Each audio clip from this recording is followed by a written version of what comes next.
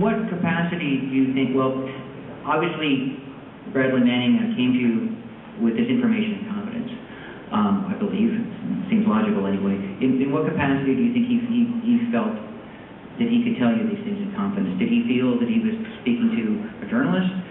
Or why do you think he doesn't know you, right? So why do you think he trusted you? And what do you feel about your actions in respect to betraying that trust? Well, as I allocated just now, I feel that in terms of betraying his trust, I was a bad friend. I think that he approached me as a friend, and not as a journalist. Absolutely not. And did you make that clear to him that you were not? He was not speaking to you like as a source to a journalist?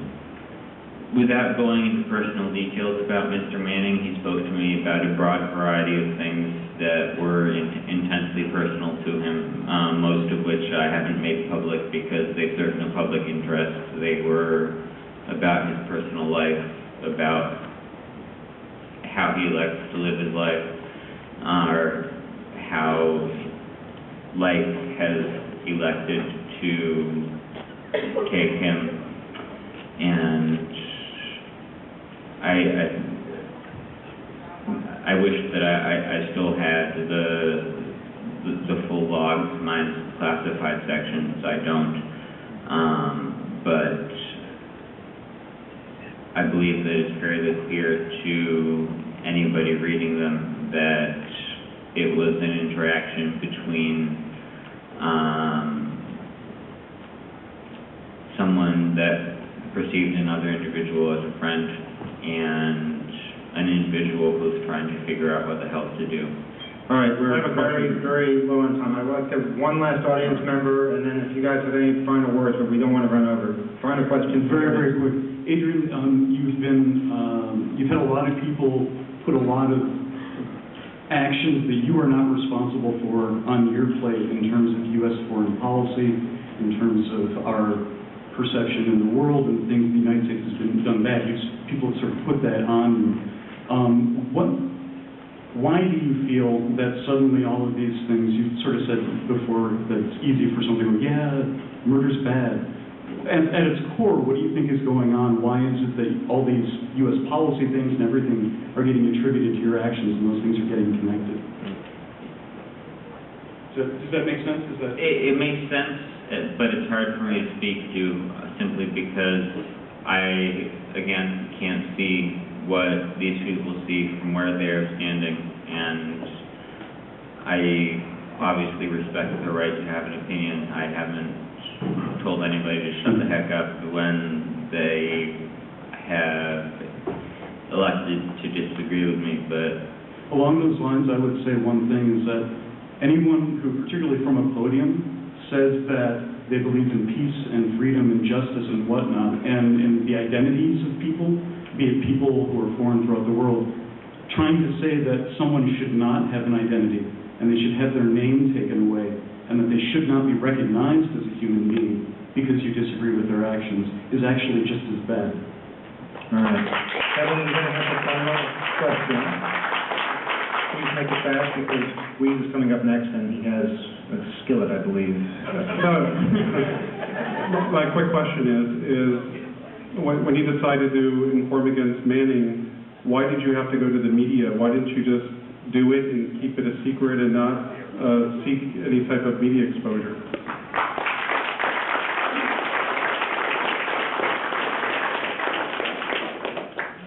Primarily the same reason, because I support WikiLeaks, because I believe in transparency, and I believe... No. Why didn't you just go to the law enforcement agencies and just keep it quiet and not go to Wired and tell them the story? Why did you have to go and talk to the media about this case?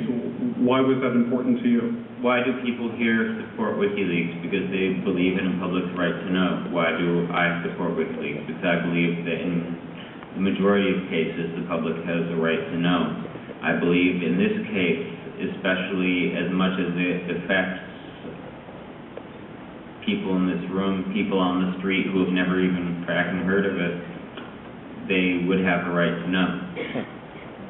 So they would have the right to know that, about Manning's activities, so you wanted to expose Manning through the press, rather than just go to law enforcement?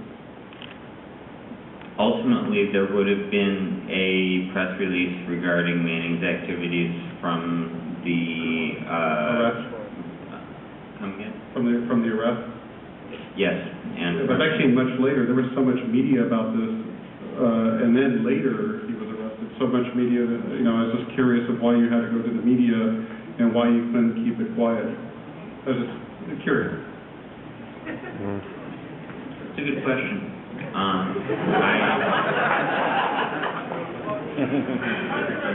I went initially to a journalist who I knew to be ethical, Kevin Lee Paulson, who is known to many of you here, and I gave him background on the case. I didn't tell him, go ahead and run with this. It was only after Manning... But why did you call him? Like, why? Why didn't you just keep it a secret? Well, I believe that I've answered that question. Because it's the public's right to know. At least twice now.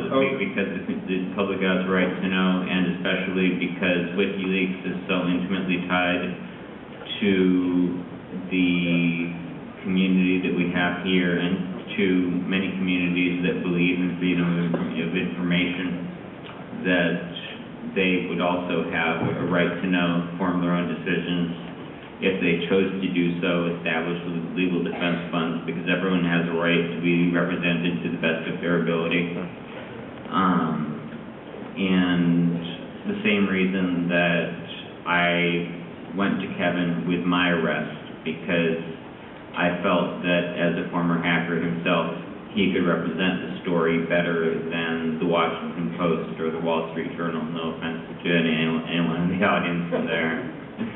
All right, Guiz has very graciously allowed us a couple of minutes to go over, so he's not going to attack us with his cooking utensils just yet.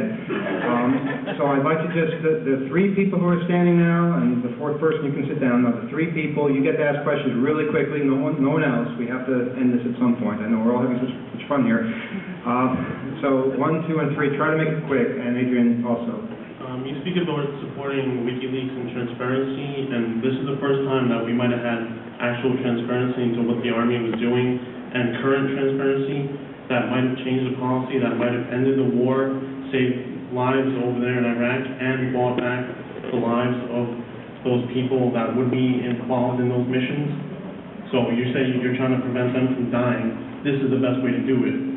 So why I have to disagree in the strongest possible terms.